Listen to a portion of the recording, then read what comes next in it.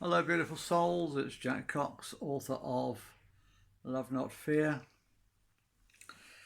I've made a few videos over the last few weeks, and I keep circling around the subject and circling around like a vulture, but I never quite get there.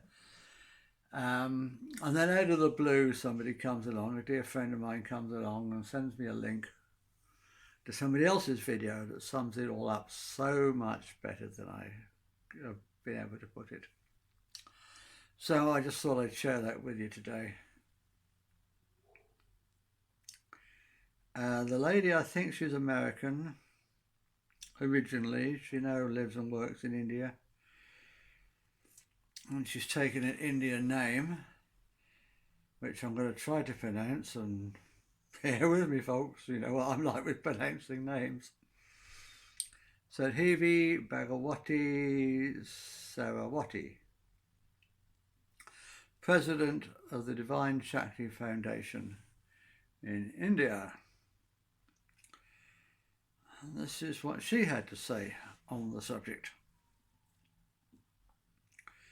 The role that I see service playing is here. We're talking about oneness.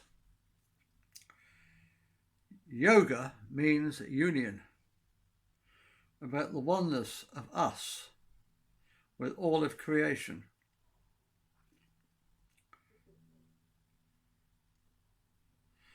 It's about how this physical body, this concept that this is who I am, is an illusion. This is simply the container that the I is using at this moment to have this experience of awakening. But actually there's no place where I end and you begin. We're all spirit. We are consciousness or love or energy, whatever word you like to use. They're all getting at the same concept. Whether you say God, whether you say divine, whether you say spirit, universe or love, or energy or consciousness, we're all talking about the same thing. There are two ways to serve. I can serve as me serving you. I who have, serving you who don't. I as a great humanitarian serving the needy. Well, that just emphasizes the separateness. That's not real service. Real service is serving myself in you. Can I see you as me? If I trip and fall and I injure my right leg, my left leg picks up the weight. It's called limping. No one has to say, "Oh, wonderful humanitarian, great left leg, would you mind picking up some extra weight today?" The left leg is not waiting for some humanitarian award or gold star. It does it because it understands intuitively the right leg is self. Even if I trip and injure my right leg week after week after week, the left leg's not going to say, "Enough already, I've done this. Why always me? I limped last week. Tell the right leg it should pick up some extra weight. I'm over." No, the left leg will limp and limp and limp week after week after week because it knows week after week after week that the right leg is self. And that's the model for our service. It's not about martyrdom. It's not about the poor left leg. It's about self. It's oneself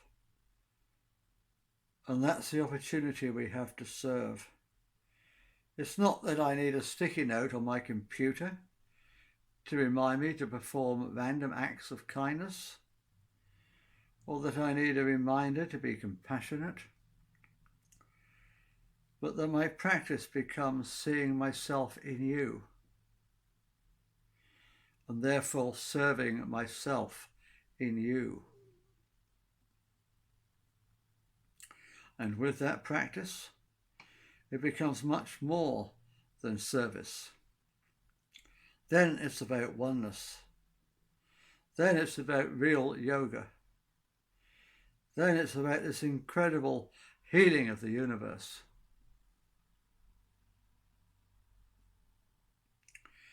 Because then I'm not going to make choices to eat food that's pulling food out of your mouth.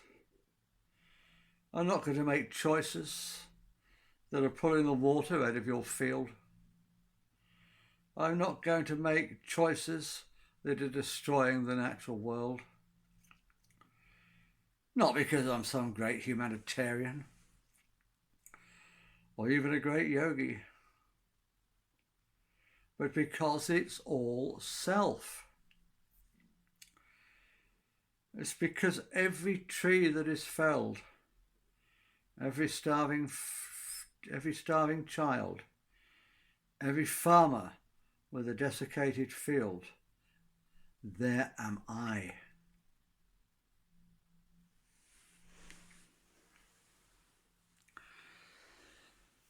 That's so beautiful. Those words are so beautiful. They just send shivers up my spine. If we are all one, how can we thrive at each other's expense? Why would we want to? If I know that every time I get one over on you, I'm actually damaging myself, I'm hurting myself, why would I want to?